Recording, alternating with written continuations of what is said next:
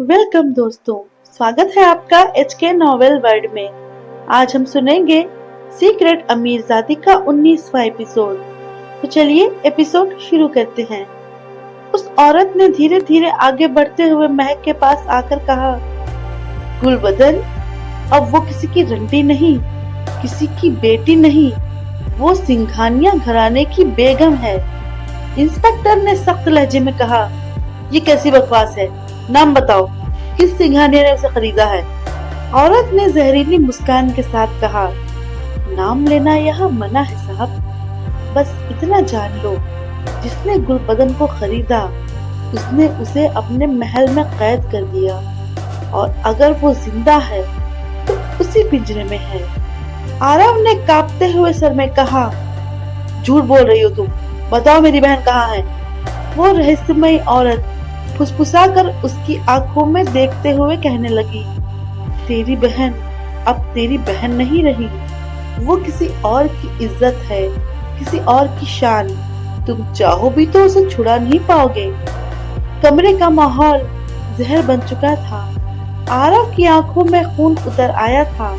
अभिनव की पकड़ और मजबूत हो गई थी और महक के पैरों तले जमीन खिसकने लगी थी। अब ये साफ हो चुका था, सिंघानिया परिवार सिर्फ एक नाम नहीं था, बल्कि मीरा की तबाही और गुलबदन की दास्तान का असली सौदागर था। आरव की मुट्ठियां कांप रही थी। उसकी आंखों में सिर्फ एक नाम था, मीरा। महक के दिल में गहरी चुभन थी, क्योंकि सिंघानिया परिवार का नाम अब उसके खून से जुड़ चुका था। अभिनव ने कांपती आवाज में कहा, अगर मीरा गुलबदन बन चुकी है और वो सिंघानिया की बेगम है, तो इसका मतलब वो आज भी जिंदा है। महक ने कहा, हाँ, और जब तक सच सामने नहीं आता मैं चैन की सांस नहीं लूंगी। लेकिन सबसे बड़ा सवाल अब भी बाकी था, मीरा वाकई सिंघानिया की बेगम है या फिर किसी और ने उसकी पहचान पर कब्जा कर लिया है? अचानक किसी ने गोली चला दी। इंस्पेक्टर ने चिल्लाकर कहा, सावधान, किसी ने हमला कर दिया। आखिर कौन था जिसने अचानक इस सच पर गोली चला दी? किसे डर था कि गुलबदन का नाम बाहर आ जाएगा? क्या सिंघानिया परिवार ने ही अपने राज को छुपाने के लिए ये किया? इंस्पेक्टर ने पिस्टल निकाल कर कहा, सब नीचे झुको, किसी को चोट मत लगने दो। आरव ने महक को पकड़ते हुए कहा, महक सावधान, ये हमला गुलबदन का सच छुपाने के लिए है। महक की सांसें तेज हो रही थी।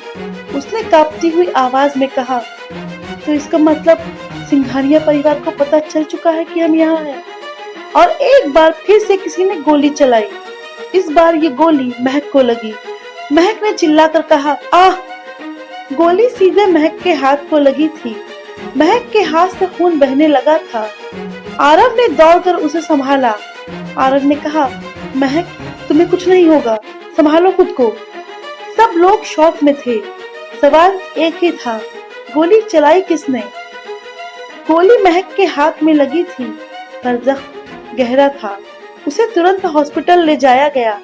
ऑपरेशन थिएटर की लाल बत्ती जल रही थी और बाहर आरव बेचैन था। आरव ने बेचैनी से डॉक्टर से पूछा, डॉक्टर, महक सेफ है ना? डॉक्टर ने कहा, गोली हाथ में लगी है, खतरा टल गया है, ज्यादा टेंशन लेना ठीक नहीं होगा, उसे आराम की जरूरत है। आरव ने सुकून की सांस ली। तभी पुलिस इंस्पेक्टर हाथ में एक लैपटॉप लिए आए। इंस्पेक्टर ने कहा, कोठे के बाहर के सीसीटीवी हमने चेक किए हैं, आपको दिखाना जरूरी है। स्क्रीन पर एक लड़की नजर आई। चेहरे पर टेंशन थी, हाथ में बंदूक थी और वो भागती हुई दिख रही थी। इंस्पेक्टर ने महक से पूछा, क्या इसे पहचानती हो? महक का दिल एक पल के लिए रुक गया, आंखें फट गईं।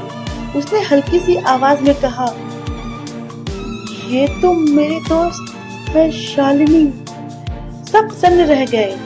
जिस शालिनी पर महक सबसे ज्यादा भरोसा करती थी, उसने ही गोली चलाई। आरव ने गुस्से से कहा, इम्पॉसिबल, शालिनी ऐसा कर ही नहीं सकती, उसने तुम्हें बचपन से सपोर्ट किया है महक। इंस्पेक्टर ने ठंडी आवाज में कहा, सच और झूठ कोर्ट में साबित होगा। अब हम इसे पकड़ेंगे, फिर शालिनी को कोर्ट में पेश करेंगे, फिर देखेंगे कि असली वजह क्या है। महक का दिल टूटा हुआ था। अपनी सबसे करीबी दोस्त का धोखा उससे बर्दाश्त नहीं हो रहा था। पर सवाल ये था, क्या शालिनी असल में दोस्त थी या शतरंज की एक और मोहरा? अगले दिन कोर्ट में सब इकट्ठा हुए। आरव महक के पास था और पुलिस शालिनी को हथकड़ी में लेकर आई। उसकी आंखें लाल थीं, जैसे रात भर रोई हो। जज ने शालिनी से कहा, शालिनी, तुम पर आरोप है कि तुमने महक पर गोली चलाई। क्या तुम इसे मानती हो? सबने अपनी सांसें रोक ली। शालिनी चुप रही। जज ने फिर से पूछा, पर शालिनी ने फिर भी कुछ नहीं कहा। फिर पुलिस ने तेज आवाज में कहा, सच बोलना ही होगा। याद रखो, सीसीटीवी ने तुम्हें एक्सपोज कर दिया है। शालिनी ने कहा, हाँ, गोली मैंने चलाई, लेकिन तुम समझोगे भी क्या? कोई नहीं जानता हम जैसे लोगों का क्या होता है। तुम्हें पता है, जब मैं छोटी थी, लोग मुझे और मेरी माँ को सिर्फ ठुकराया करते थे। मेरी माँ, जिसने अपनी जवानी एक कोठे की दीवारों के पीछे जला दी, उसकी जिंदगी तबाह कर दी थी एक बड़े खानदान ने, और मैं उसी माँ की बेटी हूँ। हर दिन उसके आंसू देख के बड़ी हुई हूँ। उसने मुझे एक ही बात सिखाई, हमारी बर्बादी की वजह वो लोग हैं जिन्हें दुनिया मालिक कहती है। तुम भी वही दुश्मन थी महक, जिसने मेरी माँ की जिंदगी बर्बाद की थी। कोर्ट में हर कोई शौक में था, पर अभी भी एक सवाल लटका हुआ था, कौन थी शालिनी की माँ और किसके खिलाफ ये नफरत उसके दिल में इतनी गहरी थी? इंस्पेक्टर ने तेज आवाज में कहा, शालिनी, तुम्हें नाम लेना पड़ेगा। ये माँ कौन थी जिसका दर्द तुम सुखाना चाहती हो? सच बोलो, वरना कानून तुम्हें चैन से बैठने नहीं देगा। शालिनी ने टूटी हुई आवाज में कहा, वो और कोई नहीं, कामनी, कामनी है मेरी माँ। एक पल के लिए कोर्ट की दीवारों ने जैसे सांस ले ली। सब शॉक्ड रह गए। दोस्ती का चेहरा पहने हुए शालिनी असल में कामनी की अपनी बेटी निकली, और उसने महक पर गोली चलाकर अपनी माँ का बदला लेने की कोशिश की। पूरे कोर्ट में सन्नाटा छा गया। महक की आंखों से आंसू निकल आए। उसने बस इतना कहा, शालिनी, तुम मेरी सबसे करीबी दोस्त थी और तुमने ही मेरा खून करना चाहा। मैं तुम पर अपनी जान तक वार देती। पर सवाल ये था कि कामनी महक से कौन सा बदला लेना चाहती थी। आखिर कामनी की जिंदगी बर्बाद करने में महक का क्या रोल था? जज ने तेज आवाज में शालिनी से पूछा, शालिनी, तुमने कहा तुम्हारी माँ कामनी थी, लेकिन सवाल ये है कि कामनी ने महक से आखिर क्या बदला लेना था? महक का इन सब में क्या कसूर था? सबकी निगाहें शालिनी पर टिक गई थी। उसके चेहरे पर गुस्सा, दर्द और कश्मकश का तूफान था। शालिनी ने रोते हुए कहा, कसूर महक का नहीं था, कसूर उसके खून का था।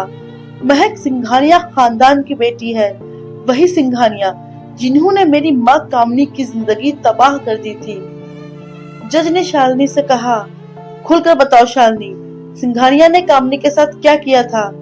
शालिनी ने नफरत से कहा, मेरे पापा सिंघानिया खानदान के नौकर थे, ईमानदार आदमी थे, पर उनके एक चाचा ने उन्हें दगाबाजी और चोरी के झूठे इल्जाम में फंसा दिया। पुलिस उन्हें ले गई और हमारा पूरा घर बर्बाद हो गया। मेरी माँ कामनी तब सिर्फ एक जवान लड़की थी। उसने दुनिया से अपनी इज्जत और अपनी जिंदगी बचाने की कोशिश की, पर कोई हाथ पकड़ने वाला नहीं था। और फिर उसने कोठे की दीवार के पीछे अपनी सांस गुजार दी, और उस दिन से कामनी का दर्द सिर्फ एक ही आवाज बन गया, सिंघानिया खानदान को बर्बाद करना।